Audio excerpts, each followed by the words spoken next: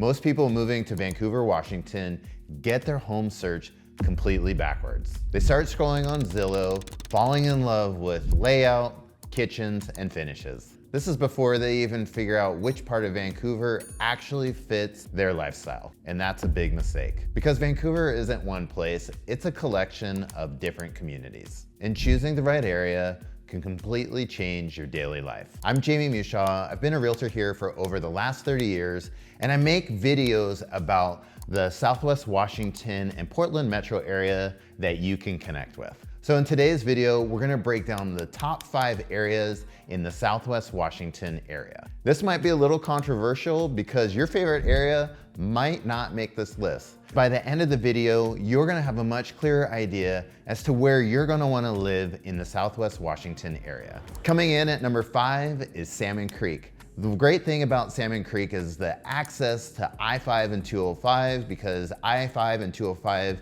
meet right there at the Salmon Creek exit. So if you have to go to the Portland International Airport, you have great access to that. And if you need to go into downtown Portland, you can take I-5 right off of that exit there in Salmon Creek. Additionally, you have Legacy, Salmon Creek, and access to every single amenity that you might want to in that area. So the trade-off of living in Salmon Creek is that the area does not have as much charm as some of the areas in the Southwest Washington neighborhoods. One of the other things that you kind of trade off as well is that even though it is convenient because you have access to I-5 and 205, the neighborhoods that you're actually going to be wanting to live in are dispersed further away from those access points. So you are conveniently located, depending on which neighborhood you live in. It will take some time to get access to that centralized point from those neighborhoods because of how far they are spread out from the I-5 and 205 point. So there are some really nice neighborhoods in Salmon Creek, close to WSU,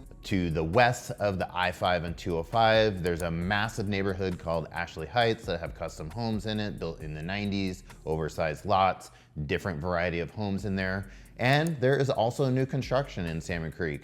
You have new homes that are not on quite as big as lots. So if that is something that you're looking for, you're not really gonna find bigger lots in the Salmon Creek area unless you're willing to pay that premium price. But for those people that are commuting to Portland and want everything in one centralized area, this place is hard to beat. My number 4 pick is probably going to be the most controversial, and that's Ridgefield. So Ridgefield is just north of Salmon Creek. The great thing about Ridgefield is it is one of the fastest growing cities here in the state of Washington.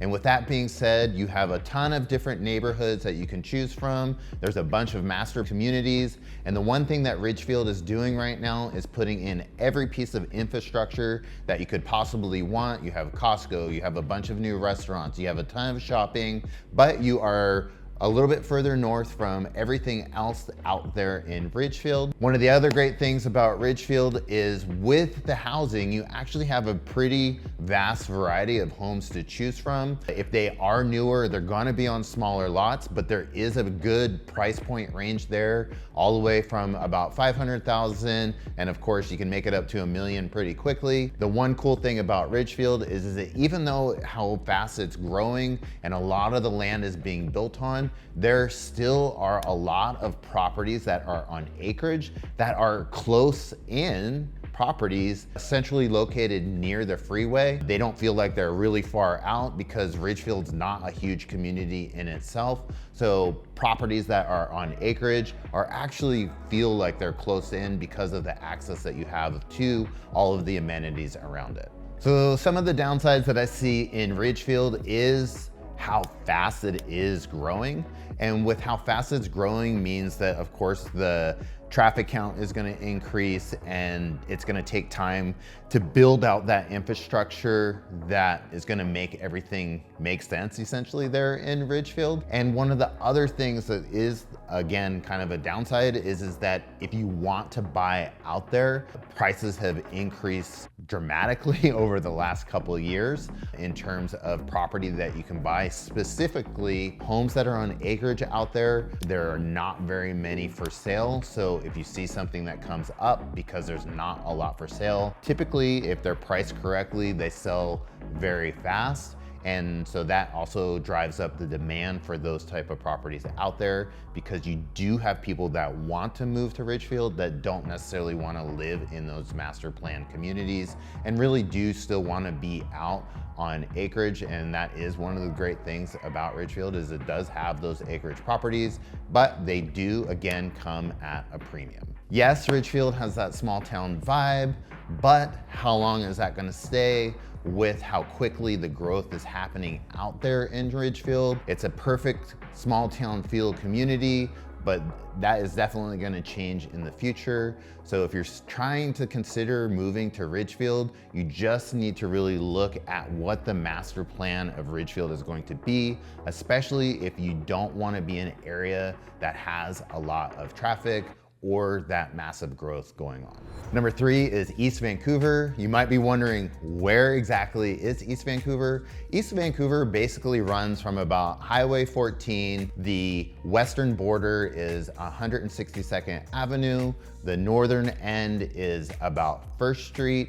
And then the east boundary is the boundary between Vancouver and Camas. That'd be 192nd Avenue. It's basically a long rectangle, and a big majority of the East Vancouver area is an area called Fisher's Landing. In my opinion, East Vancouver is probably, of these 5, the most convenient of them all. And the reason that is that even though East Vancouver is not a huge area, you have those 3 access points to get down to freeways that are main lines to Highway 14.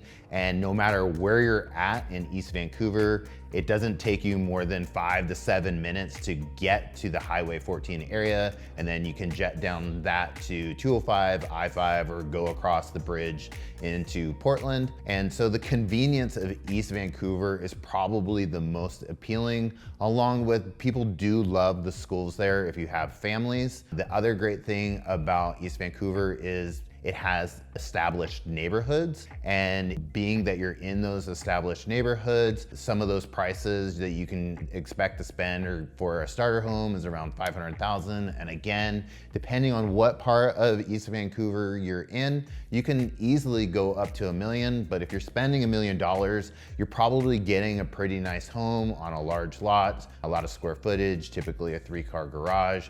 And so that is the pro of East Vancouver. Again, a majority of East Vancouver entails an area called Fisher's Landing, which is a planned community. And because it's a planned community, it has an HOA. The HOA does not cost very much on a monthly basis, and it's typically what that is covering is that all of the parks that are in those neighborhoods, there is a ton of parks in East Vancouver. And the other part of it is that you can walk to a lot of the conveniences there in the East Vancouver area. There's a ton of shopping and grocery stores and anything else that you may need. From wherever you're at, you can walk pretty quickly, or it's just a short drive to those conveniences that you may want. So the downside of East Vancouver is that if you want to have new construction, there is not a lot of new construction in the East Vancouver area. There's only a small portion of small plots of land throughout the area where you'll see just a handful of homes that are being built.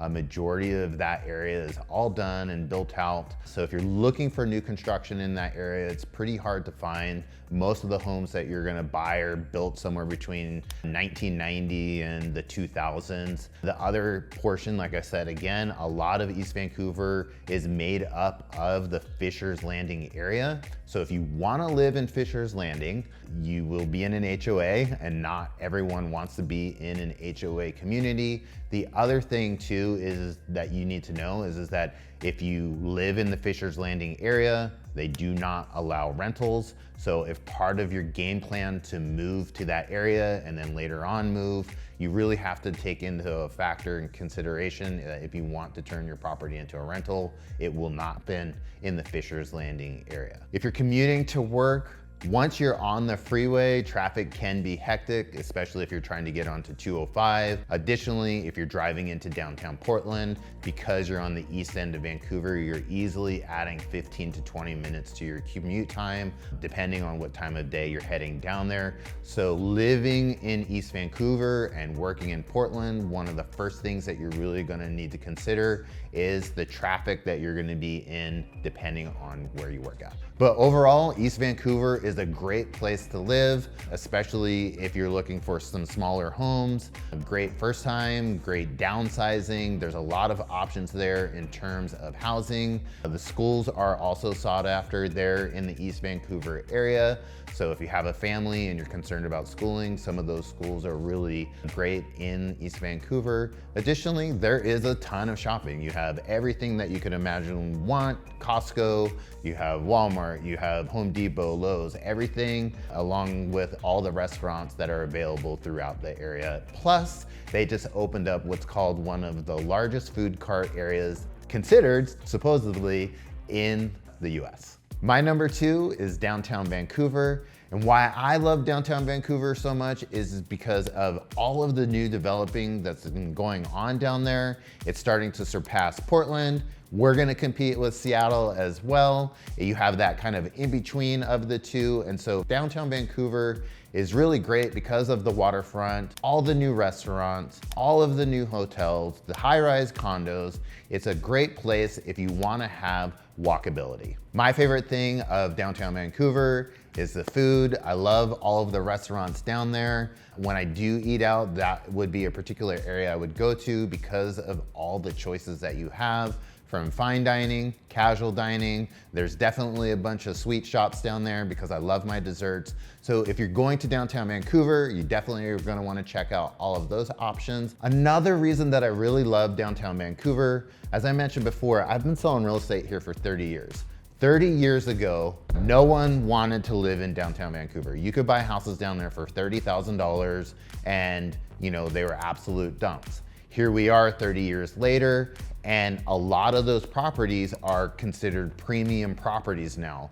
It has been revitalized, all of the housing down there. When they come onto the market, a lot of times if they haven't been redone, there's people that buy them, go in and do high-end remodels and make them just amazing and beautiful homes. And I love that about downtown Vancouver. The flip side is that it's gonna be costly for you to get into the downtown Vancouver area if you're looking to purchase a home there. So just to continue on about the cost of living in downtown Vancouver, yes, you can find properties down there for around $500,000, but they're probably gonna need some significant work, or maybe it's only a 2-bedroom, 1 bath. And again, because it's been such a sought after place to live, to get those premium properties, we're really starting to see some of those bigger, older homes that have been renovated, but they've been keeping the old style and charm of those homes, but with some modern twists to them.